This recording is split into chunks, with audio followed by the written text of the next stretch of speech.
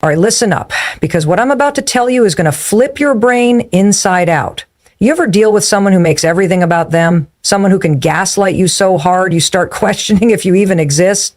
Yeah, I'm talking about narcissists. And let's be honest, we spend way too much time trying to fix them, heal them, or worse, understand them. Enough of that.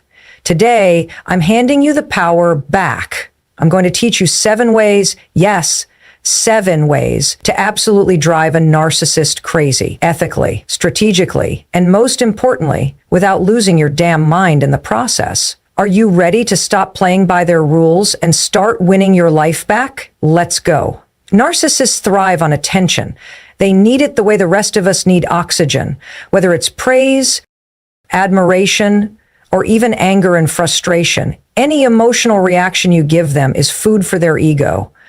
And they don't even care if it's good or bad attention. In fact, sometimes they prefer drama because it gives them more control. That's why silence is one of the most powerful tools you can use against them. Silence sends a message they cannot stand, that they are irrelevant, that they do not have control over you. And when you refuse to react, when you refuse to engage, it drives them absolutely insane because it cuts off their supply. Think about it. Narcissists are master manipulators. They bait you into arguments. They push your buttons. They poke at your insecurities, hoping you will explode, hoping you'll spiral so they can feel superior. Every time you react emotionally, it tells them they still own a piece of you. But when you stay silent, when you don't explain yourself, you don't defend yourself, and you don't even acknowledge their chaos, you steal their power right out from under them. It's like standing there while they throw a tantrum and you don't even flinch. They hate it. They crumble under it. They start panicking because the narcissist's greatest fear is losing control of their narrative. Silence isn't about being passive, though. It's a deliberate, strategic move. It's choosing not to waste your energy on someone who is never going to change, never going to listen, and never going to give you the closure you think you want. Every time you withhold a reaction, you're reminding yourself, not them, but yourself, that you are in control of your emotions. You are no longer playing the part they wrote for you. And let me tell you something, there is nothing more infuriating to a narcissist than someone who no longer plays the game.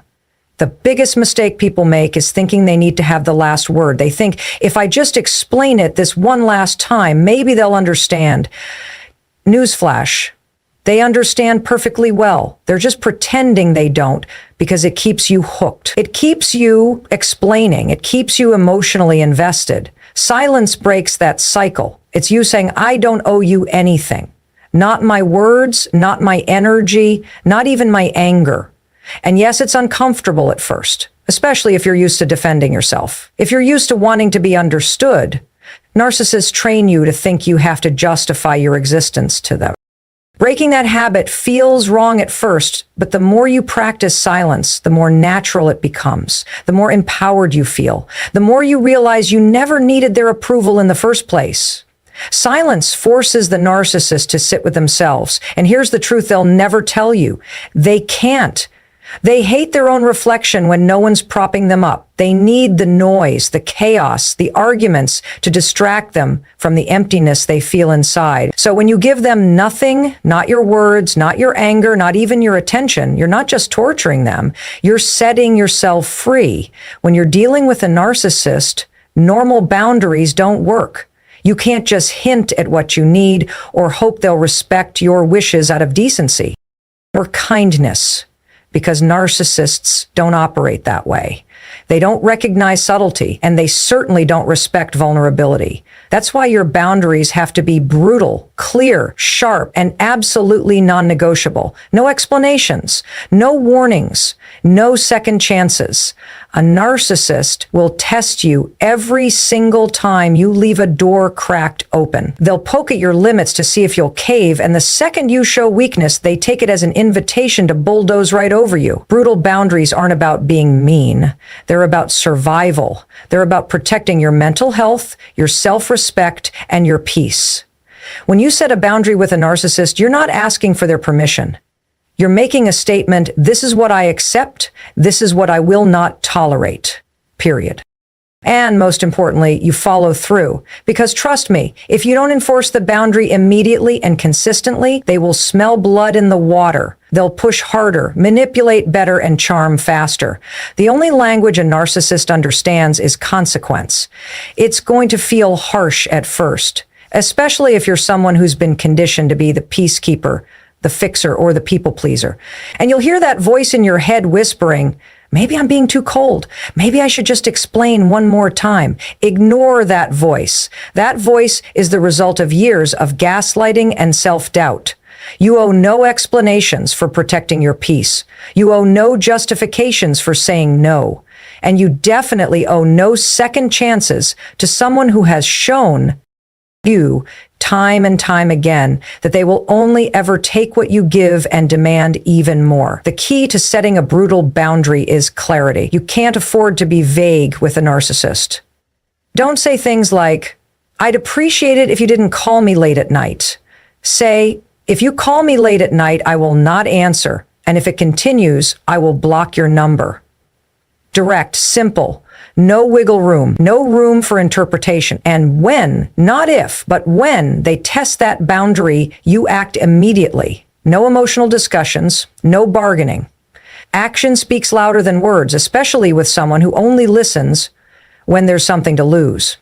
Narcissists are experts at wearing you down. They know that if they badger you long enough, guilt trip you hard enough, or charm you sweetly enough, you might bend. That's why brutal boundaries have to become part of who you are, not just something you try when you're feeling strong. It has to be automatic, muscle memory, second nature. Because narcissists aren't just fighting for control of the situation, they're fighting for control of you. And every time you reinforce a boundary without drama, without apology, you're taking your power back in a way they cannot stand. You're teaching them, and more importantly, teaching yourself that you are not available for manipulation, that you are not an endless well of second chances, that your peace, your mental clarity, your energy are not up for negotiation. And when you hold that line, no matter how hard they push, no matter how much they rage or guilt trip, you are doing something most people never have the courage to do with a narcissist. You are refusing to play their game. You are refusing to let them dictate the rules of engagement. You are standing so firm in your own worth that no amount of manipulation, no sweet talk, no threats can shake it. Narcissists feed on emotional reactions the way a fire feeds on oxygen. They are wired to seek out emotional chaos because it gives them a sense of power. When you react, whether it's anger, tears, frustration, or even desperation, you're giving them exactly what they want. You're proving that they still have control over your internal state. That's why staying emotionally flat is one of the most powerful ways to disarm them. It's not about being numb or pretending you don't care. It's about refusing to give them the performance they're desperate for. They will try every trick in the book to get under your skin. They'll push your buttons, they'll bring up old wounds, they'll gaslight you until you start questioning your own memory, they'll bait you into defending yourself, trying to pull you into a battle you can't win.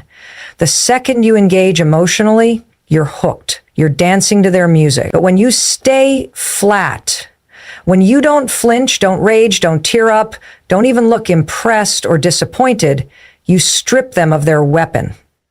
You force them to face their own emptiness without the distraction of your reaction. Staying emotionally flat doesn't mean you don't feel. Of course you do. Inside you might be furious, hurt, confused, but on the outside you are calm, grounded, and controlled. Think of it like dealing with a toddler throwing a tantrum. You don't argue with them. You don't scream back. You stay calm because you know reacting only feeds the chaos. With a narcissist, you must train yourself the same way. Your calmness is not weakness. It is dominance. It is discipline. It is the ultimate power move.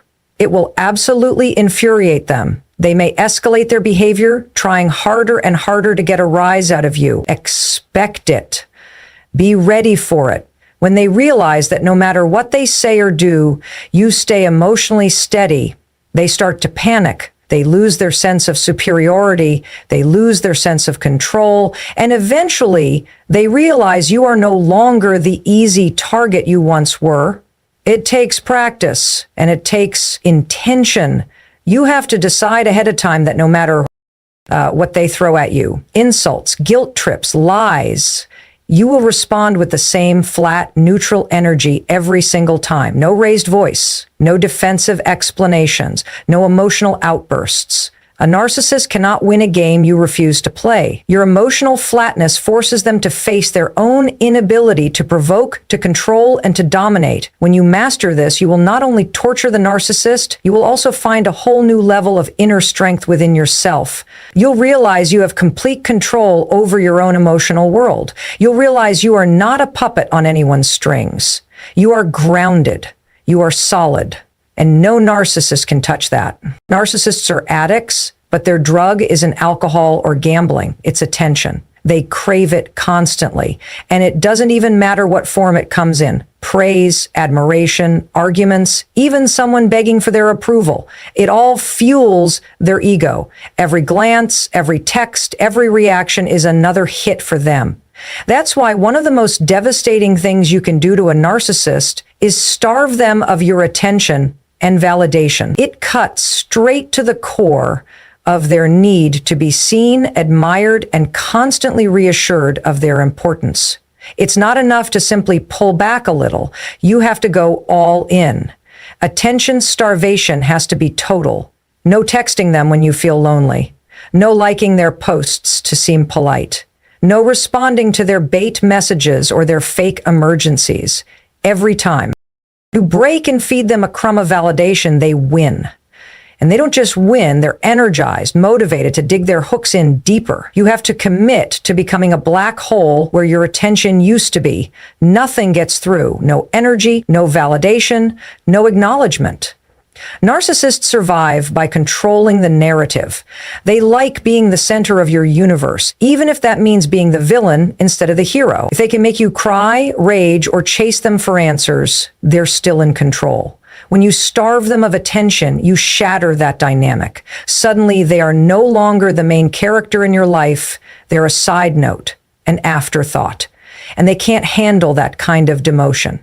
It terrifies them. Because without external validation, the narcissist has to sit with the reality of who they really are. Empty, insecure, and insignificant. Starving a narcissist of attention looks like ignoring their drama completely. It looks like not reacting to the subtle digs they throw your way. It looks like walking away in the middle of their performance because you have better things to do. It looks like treating their existence with the same level of emotional investment you'd give a stranger standing across the street. Indifference, not hatred.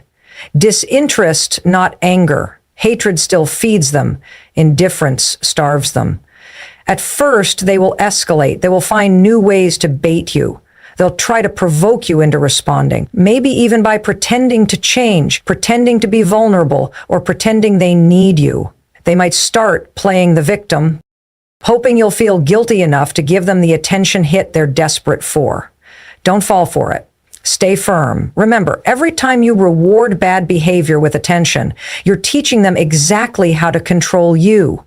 The beauty of starving them of validation is that you also free yourself. You reclaim all that time, energy, and emotional labor you used to waste on managing their moods and reactions.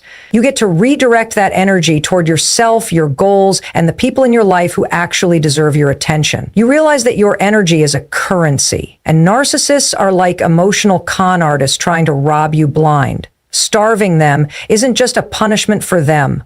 It's a liberation for you, narcissists. Narcissists believe they are entitled to your attention simply because they exist. Appearing is something more than seeing you thrive without them. An action that evokes the key word fear. Anything to prove they still matter. When you take that away, they're left gasping for air in a vacuum of silence and indifference. And the more you withhold, the weaker they become. They can no longer manipulate you. No longer control you, no longer define you. You're not just hurting their feelings, you're attacking the very foundation of their identity. Narcissists hate nothing more than seeing you thrive without them. They need to believe that you are lost without their validation, that you're somehow incomplete or broken without their influence. The ultimate revenge, the ultimate way to torture a narcissist is not through fighting, arguing, or seeking revenge directly. It's by building a life so full, so joyful, and so grounded in self-worth that they become irrelevant. Living well isn't just the best revenge. It's the ultimate form of freedom. When you focus completely on your own growth, happiness, and success, you shift the spotlight entirely off of them. They no longer get to be the center of your world. You become the center of your own world. And nothing enrages a narcissist more than realizing they have no power, no influence, and no access to the new version of you, because deep down, they believe they are superior to you. Watching you rise without them, watching you become stronger and happier, crushes the fantasy they have about their own importance. Living your best life isn't about faking it either. It's not about posting highlight reels on social media to make them jealous. That still keeps them at the center of your attention. True winning is about building a life that feels good when nobody's watching. It's investing in real friendships, setting and achieving personal goals, finding peace in your own skin, and waking up excited about your own future. It's about discovering, maybe for the first time, that you are enough, all by yourself, no external validation required. At first, they might try to hoover you back in. They'll send little messages to test the waters. They'll act like they miss you or pretend they've changed. Don't fall for it. Real change isn't a few sweet words after years of manipulation. Real change would require them to lose their narcissism. And that's not happening because you started smiling more. Keep moving forward. Keep focusing on you. Keep shutting the door tighter every time they try to wedge it open.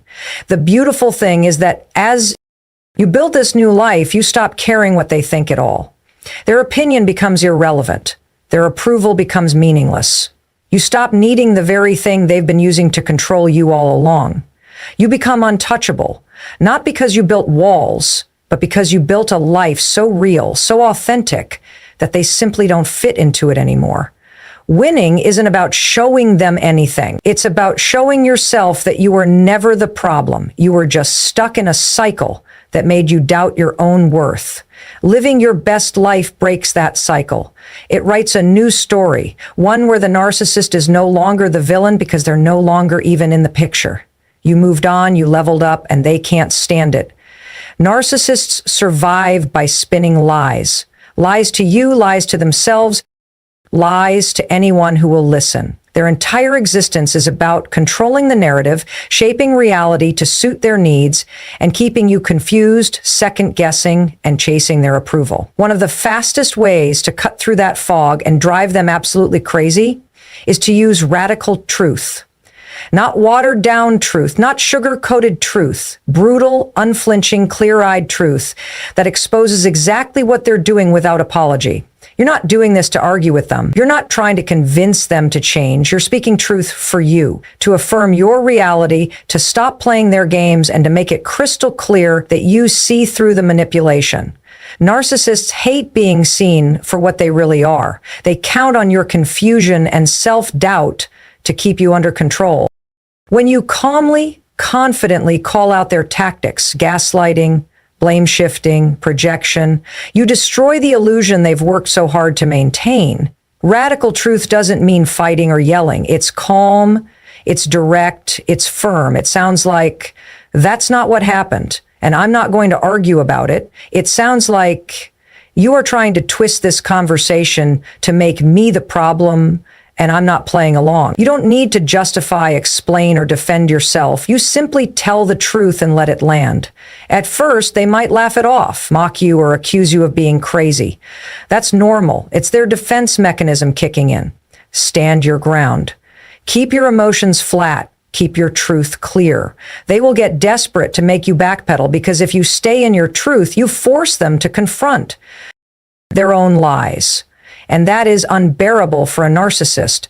The best part about using radical truth is that it frees you from